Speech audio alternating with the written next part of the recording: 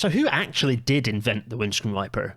This is okay. I think I do some waffly chat about the history in my walk around, but actually, no matter where I edit in this segment, let's have a little more of a detailed chat about it. Let's avoid my cop out history and actually talk about windscreen wipers, because there's some interesting history, and it's interesting to talk about how Mary Anderson, as the generally attributed inventor, fits into this, and why pedants say actually she wasn't the inventor, but then pedanting pedants like me who like to out-pedant the pedants say, no, actually, she was. So let's do this. Let's talk about it. And actually, here's a map of the world. This is a story of two Birminghams, weirdly enough. Birmingham in Alabama and Birmingham in the UK. There we are. Alabama and the UK. Let's talk why Birmingham's. Well, because there's kind of a few various people and indeed organisations who are sometimes attributed to the invention of the windscreen wiper. George J. Capewell is the first, and his invention. Well, we'll talk about his invention and his relationship to windscreen wipers momentarily. But he originated actually. Okay, he was born in and didn't spend very much time in Birmingham in the UK, Birmingham in England, in the Midlands.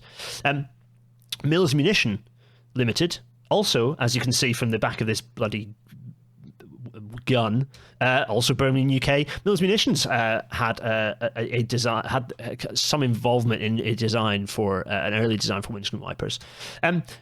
Josef Hoffman, a Polish composer and pianist, I believe, also windscreen wipers, not any relationship to any Birmingham, to my knowledge, although maybe at some point the Birmingham Symphony Orchestra performed one of his pieces, who knows.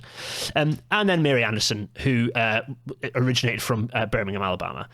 Also, that's not the only people, because there are also Robert A. Douglas and James Henry Apjohn. Apjohn, by the way, is Welsh for son of John. So I wonder, this is a Welsh connection, although James Henry Apjohn, I believe, is a Londoner, but Apjohn is very much a Welsh surname. App is like Mac. It's like MacDonald, for those who are not familiar with Welsh patronyms. Anyway, I digress. So all these people involved, all of these people have some sort of claim on the history of the windscreen wiper. So let us do some history. 6th of August 1896 is where G.J. Capewell originally of Birmingham, England, but actually basically lived in, he was from Connecticut. I think he lived in Hartford or Waterbury, Connecticut for most of his life.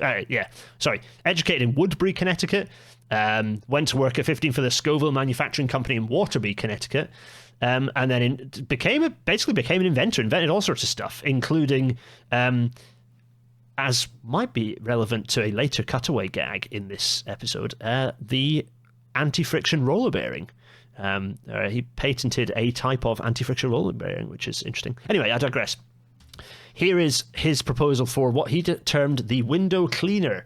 Now, here it is. As you can see, it looks... It's a very different looking machine to what a windscreen wiper actually is. And this is why I say, yes, this patent was placed in August 1896, but it does not have it doesn't really owe any lineage to the modern windscreen wiper. So it's a window cleaner, it's a device designed to clean windows, but it bears no resemblance to the thing that you might expect to see as a windscreen wiper. So let's jump forward to March 1903, and again, this is not Mary Anderson's invention. This is Robert A. Douglas's invention. So 12th of March 1903. Now this is a slightly more familiar looking device, but again, it's closer in design, but it doesn't have the counterweight.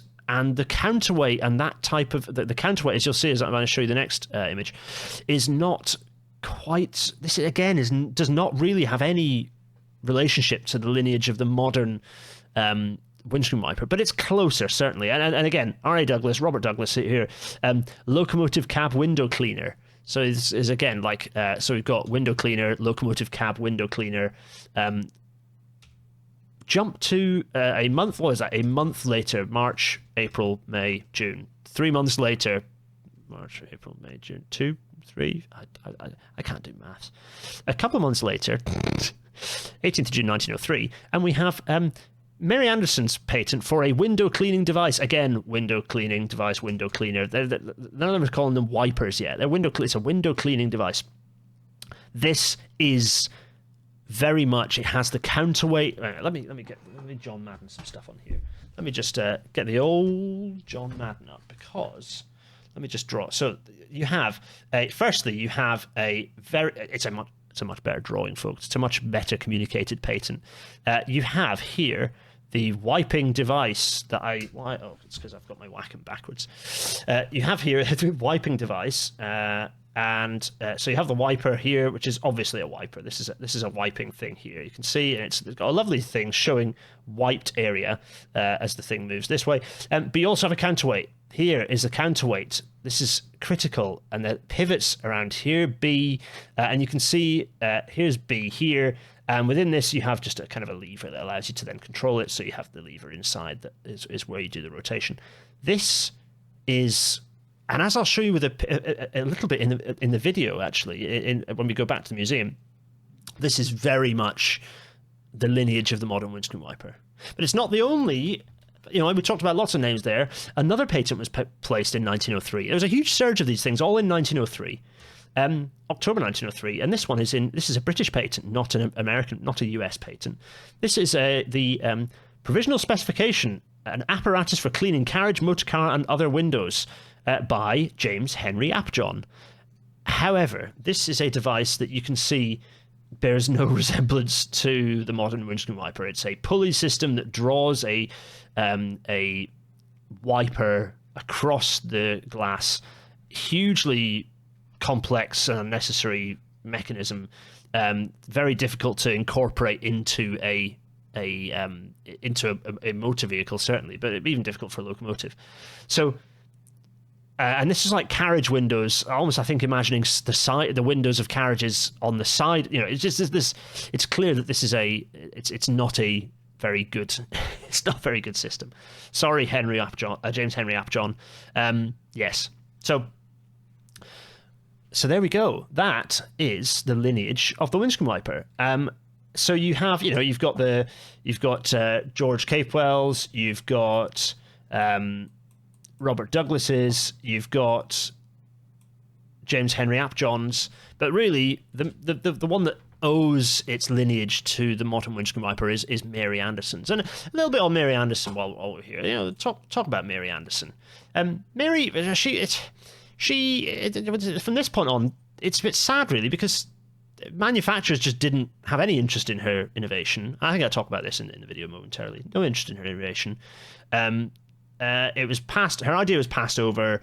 Just very little interest in it. It was considered that it wouldn't be able to be. It wouldn't be any value in kind of any commercial value in this. And nevertheless, within the lifetime of her patent, so her patent kind of was still valid until 1920. It was a 17-year patent. Not convinced I know why it was only 17 years. Like vehicles with her precise design of windscreen wiper, very close to her windscreen wiper, started popping up pretty frequently.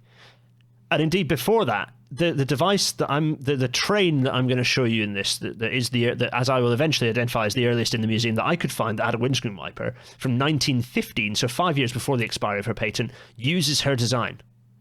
So I think there's more to be told about this story. As ever, though, and I'll kind of make this point elsewhere in the video, just a serial lack of interest in her life and what she got up to, whereas the focus and attention that the Brunels and the Stevensons get, the biographies, the obsession, and fine, rightly, but why aren't we applying that interest into the women of history? And I think this goes from much further beyond railways.